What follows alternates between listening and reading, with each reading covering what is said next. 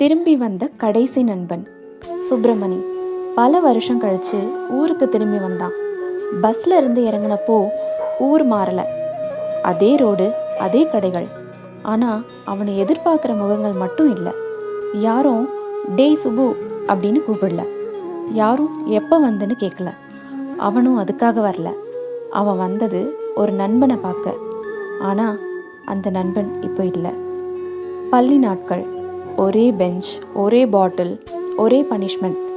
சுப்பிரமணி பேசுவான், ஆனால் குமரன் மாட்டிக்குவான். டீச்சர் கேட்டால் 2 பேரும் சேர்ந்து ஒரே டைலாக், எங்களுக்கு தெரியாது மிஸ். சண்டை போடுவாங்க. அடுத்த நாளே சிரிச்சுக்கிட்டே நடப்பாங்க. அவங்களுக்குள்ள ஒரே ஒரு ரூல், எவனுக்கு எதுவானாலும் முதல்ல ஓடி வர்றது நாம தான்.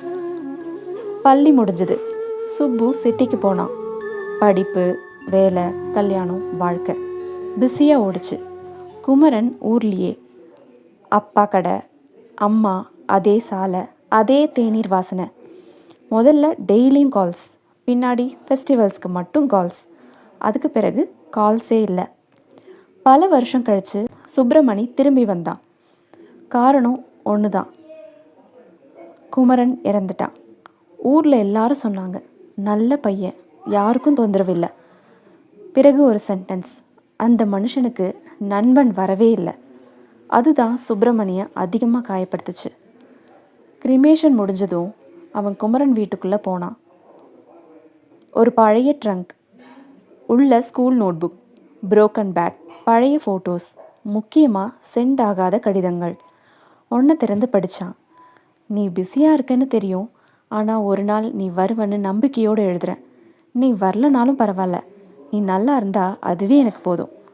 அந்த இடத்துல சுப்பிரமணி அழலை, ஆனால் உள்ளுக்குள்ளே ரொம்ப நொறுங்கி போயிட்டான். அடுத்த நாள் பஸ் ஸ்டாப்பில் நின்னான்.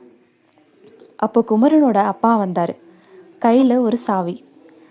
இந்த கடை குமரன் உனக்காக சேமித்து வச்சுருந்தான்ப்பா. சின்ன கடை, ப்ராஃபிட் இல்லை, ஃப்யூச்சர் கேரண்டி இல்லை. ஆனால் அந்த கடை மூடினா குமரன் முழுசாக போயிடுவான். சுப்பிரமணி சிட்டிக்கு திரும்பலை, ஹீரோ ஆகலை, பிக் ஸ்பீச் இல்லை. சும்மா அந்த கடையை திறந்தான். போர்டில் எழுதினான், குமரன் கடை நண்பனுக்காக திறந்தது அப்படின்னு. மாலை நேரம். டீ குடிக்க வரவங்க கேட்பாங்க, நீங்கள் ஓனரானு. சுப்பிரமணி சிரிச்சுக்கிட்டே சொல்வான், இல்லை, நான் தாமதமாக வந்த நண்பன்.